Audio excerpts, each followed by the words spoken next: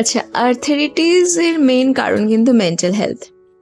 আপনার যদি আর্থারিটিস হয়ে থাকে, আপনি যখন ডাক্তারের কাছে যাবেন, কোনো অ্যালোপ্যাথি ডাক্তারের কাছে যদি আপনি যান, স্বাভাবিকভাবে আপনার কন্ডিশন প্রচণ্ড খারাপ, আপনার ব্যথা হচ্ছে, তো আপনাকে ডাক্তারের কাছে যেতে হবে। তো তার আপনাকে ট্রিটমেন্ট প্ল্যান বলে দেবে যে ভবিষ্যতে কি করতে হবে, এটসেট্রা এটসেট্রা। কারণ আপনাকে বলবে না কি কারণে হয়েছে।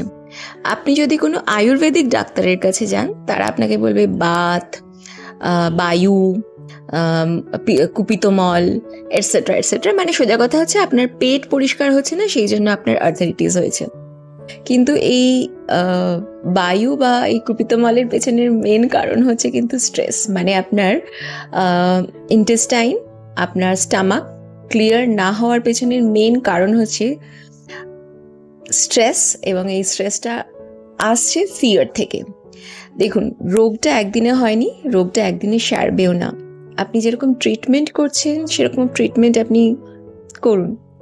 তার সাথে আপনি একবার যে কোনো মেন্টাল হেলথ কাউন্সিলরের সাথে, আমার সাথেও আপনি চেষ্টা করতে পারেন যে আপনার যে মেন্টাল হেলথ প্রবলেমগুলো আছে, এই ব্যাপারটার পেছনে যে স্ট্রেসটা ছিল, সেই স্ট্রেসটার কারণটা কি, এবং সেটাকে রিমুভ করার চেষ্টা একসাথে করা যেতেই পারে। হাই, আমি অন্তরা, একজন সাইকোলজিক্যাল কাউন্সিলর। এ ব্যাপারে কোনো হেল্পের জন্য you can DM me for 1:1 paid session.